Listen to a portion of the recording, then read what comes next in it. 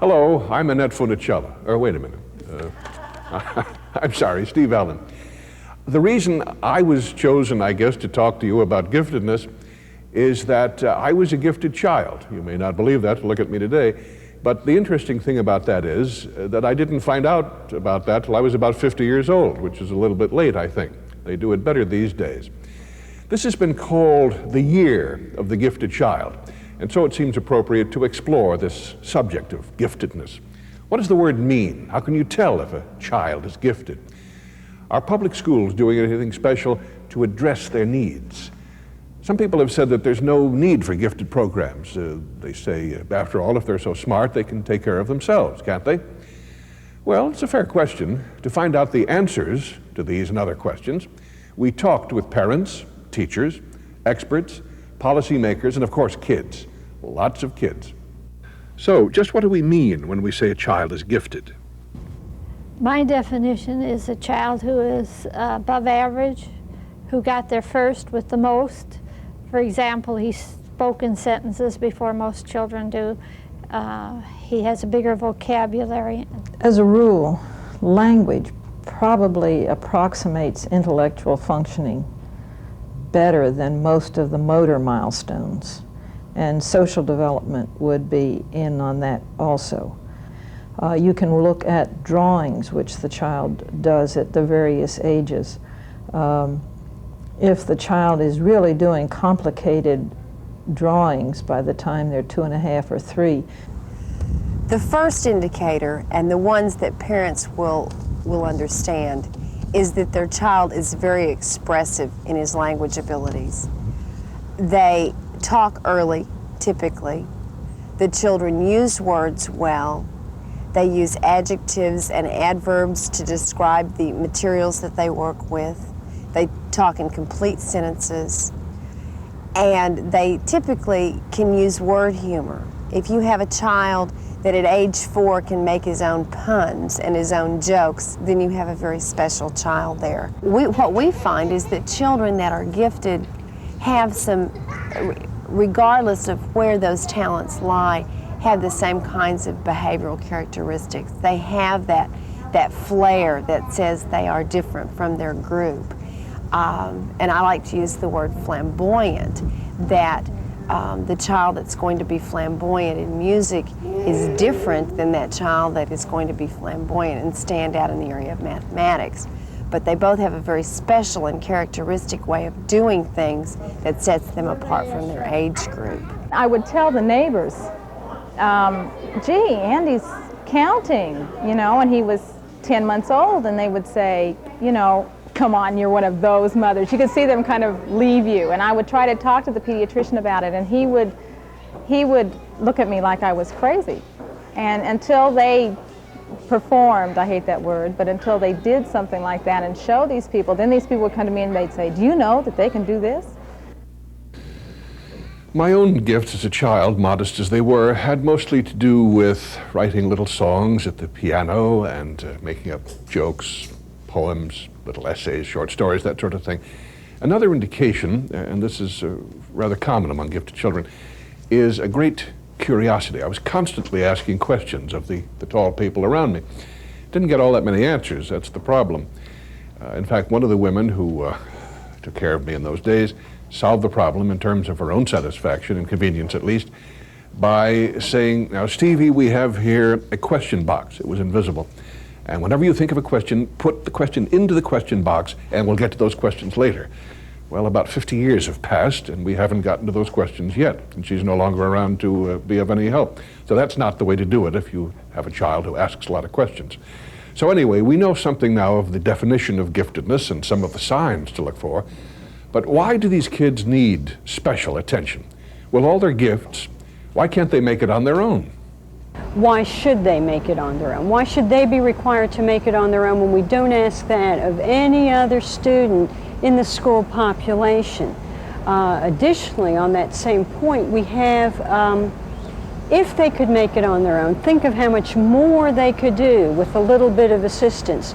I think that we don't ask, and I really do try and shy away from sports analogies, but we don't pick the top people for a football team and then throw them a ball and say, okay, go on out there and play football. I don't think the gifted child can take care of himself because he's a child. What does a 5-year-old know about coping with an adult who tells him to do the ABCs when he'd rather be doing an encyclopedia? What does a 5-year-old know about getting along with the children in his class who are down on him because he's always got his hand up? The bright child goes to school really eager to learn. And by the time they've gone through 3 years of schooling, kindergarten, first and second grade, where they're doing jump, spot, jump, spot, come, and simple addition and subtraction for years and on end, so to speak, they're so bored with school and so turned off that they're doing very mediocre work and are very frequently not picked up by the teachers and then put into the accelerated class. Nobody ever detects that these children are bright. You know, if you can have 6 or 7 gifted children that interact with each other because intellectually they're peers, emotionally they're peers too. Emotionally they still have the same needs, and therefore they can run wild with that intellectual gift that they have, but they can still be nurtured as the young child that they are. Yes. Well, sounds as if gifted kids do have special needs when it comes to education. But I wonder how they feel about things. Do they really like to learn? Like it, I love it. I just think it's fun going to school because it's fun being with your friends and talking to them. And it's also fun learning about things. It's about packages. You see, whenever you get a letter right, something happens to your package. It's opening. Oh, I did it! And whenever you get one right, your package comes. First one. And I like to read encyclopedias. Ha ha! It seems learning really is fun. Maybe some of you kids could tell me what your favorite subject is. Well, I believe that math is my favorite subject. History and chemistry. Reading. Why do you like to read? Because it's fun. What? Science mostly the most. I like working out problems in math. It's some of the challenges, and I like challenges. Almost anything that catches my eye. Reading, what else? I am a super book reader. And what do you want to be when you grow up? Mostly a scientist that does experiments and creates lots of very big inventions. First, I'm going to be a Marine because that's the only way I've heard to be an astronaut. And then I'll be an astronaut if I make it. I wanted to be an astronaut, but we wanted to be an astronaut, but we're already baseball players. Well, we do baseball practice, but I'm not sure that's going to be my career. But we got lots of times to decide. A robotics engineer. You want to be a robotics engineer. Tell me a little bit about how you arrived at this momentous decision. Momentous decision? I've known about it for a while. Well, you see, I like to do certain things with my hands, and I like hands-on science activities, and I think, and besides that, it'd be a good job for the future because everybody's going to want robots in the workplace. That's why I'd want to be a robotics engineer. That's great. But these children don't always get the attention they need to fulfill their potential in those subjects. We interviewed dozens of families from all over South Texas, and the experiences they've had with schools have not all been good. Frustration with Randy primarily because he was bored, but they did not want to recognize his ability because his grades did not indicate a gifted child. But once he started taking achievement tests and scored in the 99 percentile, they said, hey, we have a child who has ability here. Where is it? and they did not put him into a challenge program, but only at my insistence that he be given the Ronzulli test in 5th grade. Did he get into challenge program in the 6th grade? She says, well, he only tested out at 105 IQ. And I said, well, then why could he read the newspaper before he ever started 1st grade? And she says, oh, that's just probably because you mentioned he has a little hearing problem and he's compensating for it. And I said, well, I want to see that test anyway because I want to take it to Vanguard. And she says, well, most of it was oral. And I said, well, then how do you know that he has an IQ of 105 if you gave him an oral test and he has a hearing problem? The thing that bothered me the most in school was that the teachers knew that I knew the answers. And then they would not call on me. They would call on the kids that they felt like needed more help. And I think all this mainstreaming stuff is fine, but for a gifted child to be slowed down by the other children in the class is unfair. He'd come home, a 6-year-old child's coming home from school saying, I'm bored, you know? So, you know, what is that telling you? You know, it's, you have to be an idiot not to see that this child needs more than what he's getting. And I had sort of the same problem many years earlier in the public school system where there wasn't any talk about a smart kid. There wasn't such a thing. I just thought that I was out of place, and I dropped through the entire 12-year grid and hardly touched the bars. That was the school where they gave him an F- in art, his art picture, and wrote, "This is inappropriate art for Audie School." I drew this picture of the school, and it had, you know, trucks backing into the cafeteria. The assignment was to draw a picture of the school.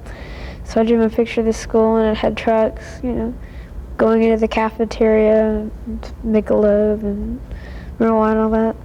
And it had a big explosion from where a person lit a match and threw it down a gas pipe and blew their face off.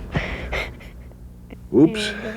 Somebody forgot to tell Steve that a sense of humor and schoolwork don't mix.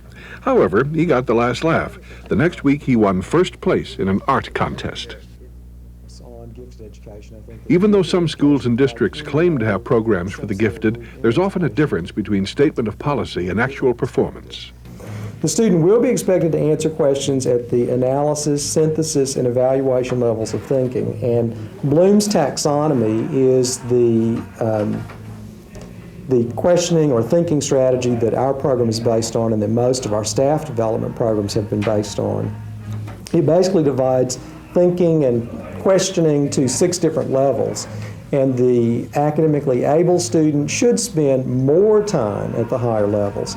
When we went to the Klein district, they said, well, we're going to classify JB as academically able, which they did, and they put him in a class, and he sits there every day going through a reader that he did 2 years ago. He draws cars in class right now because he's bored. His conduct is slipping because there's nothing to do. If he asks his teacher for more work, she gives him more of the same, not anything that he hasn't learned, but just the same boring work. So this year, if you ask him, he will tell you that it's been a big wasted year.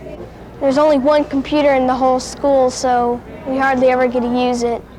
If it could be just a little more individualized, where a teacher would look at this child and say, well, he's reading on this level, let's let him go and let him read. And they give you 1,000 reasons why they can't do that. They do not skip grades, they do not let them advance. They have to sit there and review. They say, just look at it as a review. Well, review for what? He's going into intermediate school this year. He's been reviewing for a whole year.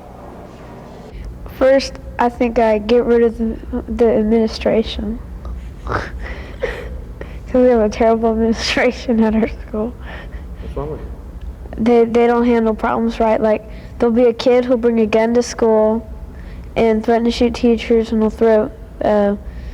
throw chairs through windows and obscene stuff. And then a person will like talk in class, and they'll threaten to suspend them, and they'll get suspended for talking in class. But the person that brings this gun to school doesn't get anything. I'd change a lot of things that are just learning facts and nothing else. I'd like to have them do something more, well, worth thinking about. I wish that they do a lot more individual projects because, you know, I go ahead with the class and I do all the work and everything, and it's you know, enough, but I'd like to do some extra, something that, you know, oh, that's neat. Could I follow up on that a little bit more?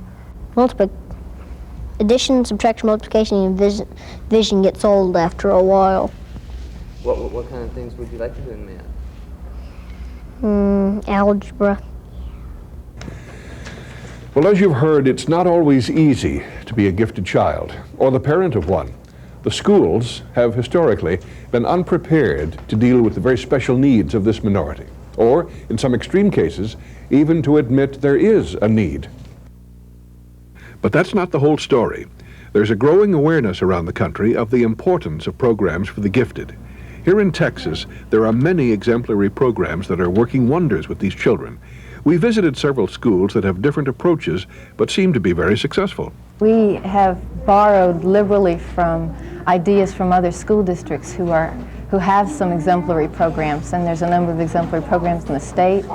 And what I think we do very well, what's our strength, is a number of things. One is that we really believe that the regular classroom differentiation for gifted children is essential, and so we've done a lot to train classroom teachers as to the characteristics and strategies that they should be using with the children. We involve them in curriculum planning.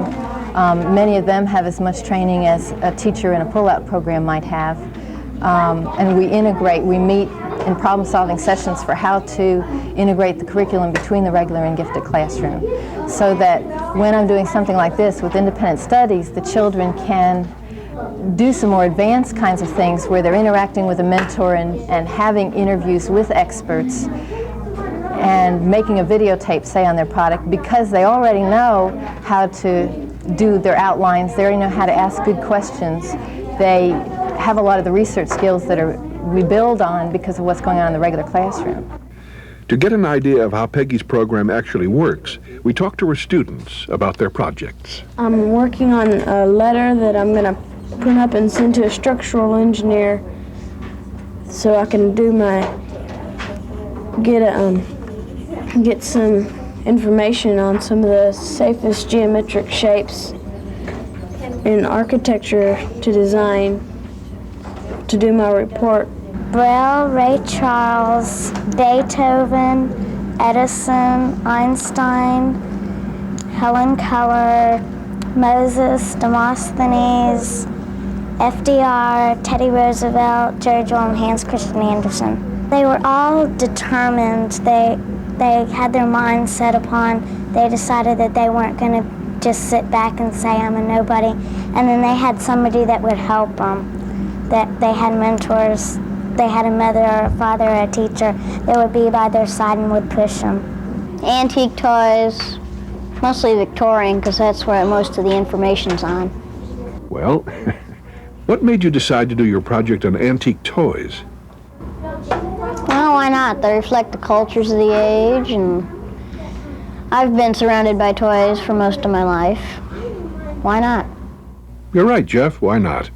A second unit we do is one called Meeting of the Minds, where the students come as an eminent individual in history, and while they're reading the biographies and looking at the background of this person, many times they identify with that person and the obstacles they had to face, the goals that they achieved, and some of the same kinds of problems you're talking about with how they handled the emotional aspects of their lives and how the emotional aspects were sometimes different from their intellectual abilities. So they can deal with that sometimes through the life of the other person in that unit. Meeting of minds. What a great idea. I wish I'd thought of that. Of course, programs like this really do seem to bring out the best in these kids, but it's bound to cost a lot of money. Money is not a problem. A program for the gifted is a state of mind. I feel like, first of all, the building principal needs to educate himself or herself in the area of gifted, and that can be done several ways. In the beginning, I did it strictly by reading and visiting other programs because there were no college courses at the time. There are college courses now available, and that principal must be informed about the special needs of gifted, and they are very special. They're very different than providing children with more work. There's some differentiated instruction that needs to be done. From that point, then it's the principal's role to involve teachers and let them know how interested he or she is in the gifted project. For a gifted program to be successful, in my opinion, it needs to be more than just a resource or pull-out program. It needs to be a total program every day. We have a wonderful resource teacher here, but the classroom teacher needs to be informed and be a part of the program. That's been number one priority.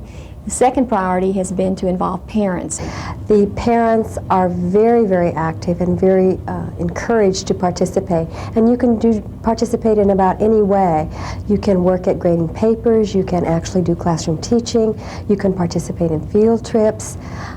There's just a multitude of ways that you can participate. So we make a very strong effort to include underachievers in our program. What about kids with behavior problems? Are they excluded from your gifted program? Not at all. These are the very children who need a gifted program. They're children who are not conformists, who have special learning needs. In some cases, they may be learning disabled gifted students. We look particularly for those. We listen, a lot of it is informal. We listen to teachers who are having particular problems in behavior with children, and one of the first things we look at is, could they be bored in class? And what we do, we do work with them also on behavior and acceptable social performance as we're working with them in the gifted program. After Westwood, we traveled to Beaumont, Texas, to visit a private school for gifted children run by two professors from a nearby university. We asked Doctors Monty Suntag and Faragoulas what set Fairmount apart from public schools. Well, in public school, what may happen then is that a very, very capable youngster will be overlooked by his classroom teacher because he is either perhaps bored and rather quiet in the classroom, or he is a disruptive factor. So if you ask an average classroom teacher to identify a particular youngster that she might even think would be gifted, she's going to identify the conformist, the child who does work promptly and usually rather well, and may miss the most talented child in her class because of perhaps a personality conflict. We do challenge the children individually. We're not required to cover X number of pages in a given amount of time. We can take the children way beyond where the public schools might stop because they're trying to meet the needs of more masses of children, and our ratio of student to teacher is much lower. We can have more interchange with our staff and our kids as that's called for, as the child's interests vary, our abilities vary, and they need to be met as that may occur. We cover reading, writing, and arithmetic. We cover all the things that are necessary for when the children leave here, they're going to be able to go on to public schools. But beyond that, I think we offer a challenge, and that to talk about the challenge is a rather broad topic because it may vary. We provide more extensive field experiences. We like hands-on kinds of things, and much of what we do in terms of all our development is centered around that, be it the library, be it going to Galveston to visit the schooner, which we recently did. Any of these kinds of activities are challenging to the kids, and they build their language with it, their written language, their spoken language, their reading, and many other things that are centered around these kinds of activities. I will go. Mira, do you want to read page 5? In Texas City, we visited a small Montessori school where the approach is a little different. It is individualized, where the child can progress at his own speed, at his own rate, and can go really as far as he chooses. In our school, we are basically set up just for 3 to 6 year olds. And quite truthfully, there have not been enough things on the shelves to actually challenge Billy to his fullest. And yet you mentioned that he still has the spark and has been happy here and not bored, really. But in a Montessori school that did have a 6 to 9 year old program set up, Billy could have gone very, very far using the materials and would be available to him. He is 6 years old. Yes, that little mind is functioning, but that little body is still a 6-year-old body. And one of the things I feel, and it hurts, you can just see these little minds just clicking, and these little bodies won't cooperate. So that causes frustration, and it causes behavior problems. And there are times, even when gifted children need to learn to do what the whole group is doing, and to follow certain procedures. Houston Independent School District has one of the largest ongoing gifted programs in the nation. They employ a variety of approaches, including pull-out, magnet schools, and specialized curriculum schools, such as the Reagan Computer High School and the High School for Performing and Visual Arts. We spoke with Drs. Billy Reagan, General Superintendent, and Margaret Kress in the Gifted and Talented Department about their commitment to gifted education and the problems they face. One of the most significant things they can do is to get, now that we're going in Texas to the weighted pupil approach, different children have different weights. Vocational ed, say 1.4, and handicap, mental retarded would be 1.3, and bilingual 1.2, and so forth. We need to get the funding for gifted children into that basic set of weights. If we can get that weight factor added, this in itself then provides the incentive out there for school districts to provide services. There's the feeling that teachers of the gifted have it really easy, and that there's nothing farther from the truth. Gifted kids are difficult to teach. They're not difficult to motivate necessarily. Sometimes they're difficult to hold back enough so that you can really work with them. They get so excited and involved. It's very tiring for the teachers. It's physically exhausting for them. You can walk into a classroom of gifted kids and there's an electricity there. There's an energy level there that just simply is not in another class. And that teacher has got to stay on top of it.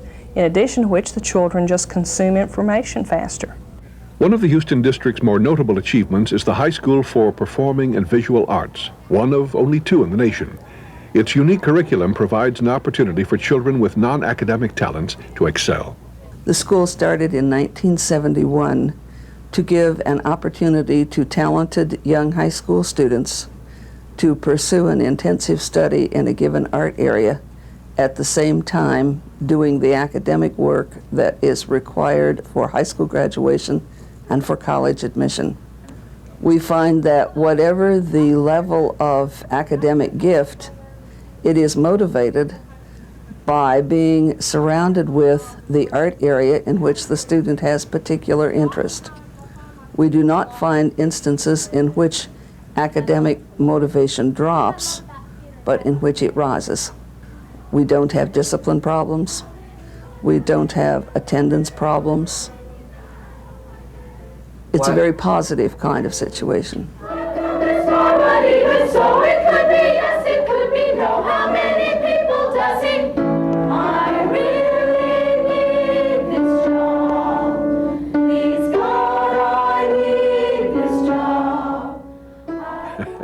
Now there's a tune that should be adopted for the national anthem. After our enlightening and entertaining trip to HSPVA, we journeyed upstate to Fort Worth and visited Lily B. Clayton Elementary School, where the same strategies developed for gifted children are used for all the students. Definitely, the strategy is the same, because you're looking at that individual child and saying, okay, I've got to meet not only their interest level, their instructional level, and you don't plan individually, but you plan to meet the needs of the individual child. All of our teachers have training in gifted education. Not all of them have college hours in gifted education. About half have college hour training. The other half they have in-service training that we've provided here in the building not because we wanted to be a gifted school, and we're not gifted teachers or a gifted administrator. The need was there. We had to know, what do we do with the children? I think the thing that we need to do in public education is to make our facilities, and I don't mean just physically secure, but I think we need to make them emotionally secure. I think we need to be very simple in our approach with children, that school is a secure place physically. No one's going to harm you, hurt you. It's comfortable and it's attractive. But also, I think that we need to think about their needs emotionally. They need a secure place to express their emotional needs of their children, their only children. It seems pretty obvious that the real keys to a successful program are an enlightened and dedicated principal, trained teachers, and involved parents and community, rather than large amounts of money. Gifted programs such as the ones we've just seen are providing at least some help for some of the children who need it, but there's still much work to be done. The majority of school districts in Texas still do not have any gifted programs at all. Many of the programs that do exist are inadequate for various reasons. Despite the many problems that exist, there is hope for the future. Attitudes are changing. Elite is no longer a four-letter word. Businessmen, legislators, educators are all beginning to realize the urgent necessity of developing the potential of our best students. And specialists in the field are increasing our understanding of this very special minority. For many of the children we met in this documentary, the changes will come too late. There are still more out there who may never be identified because of inadequate teacher training. The prevailing attitude in the trenches is one of both realism and hope. I think it's really important that we get it out of our minds that we're doing something extra for these kids, that they're in the gifted program because it's a treat for them. It's a school program that meets their needs, that gives them the same challenge and rigor for this 5% of the population that we give to the 70% of the population in the regular school program. The parents need to band together in the fashion that the children of retarded parents have done. If you feel your child is gifted, that you should not just take lying down what the state says this is so. You should do everything in your power to be sure that your child is getting the best education that he or she can. Because without that education, your child may, if he is gifted, may lose interest in school, may drop out, may fail. If a parent wants help, you go to the school and ask for a complete copy of their child's records.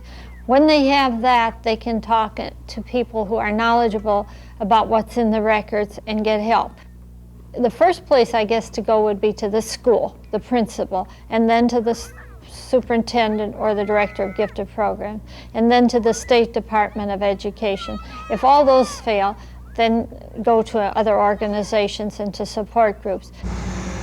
Mozart, Edison, Einstein, names that bring to mind high achievement itself. They were obviously gifted, and they succeeded in developing their gifts. But how many more like them could we produce if we nurtured all of our best and brightest from an early age? As we've seen, there's a growing awareness that individualized programs are important for all our children, that gifted children deserve the same investment we make in other minorities, and that our greatest returns will come from that investment. Somewhere in our schools now are children with the potential to cure cancer and hunger, bring peace to our troubled world, if only we help them.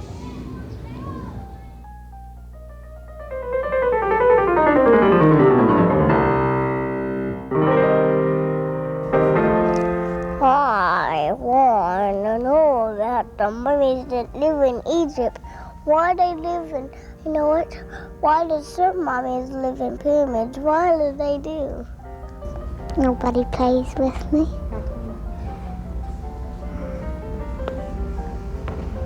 I don't know. Why build more nuclear missiles to conserve peace if the more you build, the more destruction they could cause? I think someday, if we have too much war, there might never be an Earth anymore. For one thing, you gotta get the spacecraft off the ground.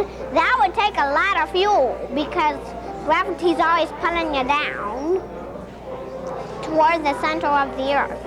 But the ground keeps you from going right underground. Well, the captive Arkansas was little rock, and I know that I can't spell my name. Spell it for me. We all really lost how you spell my name. Oh, he's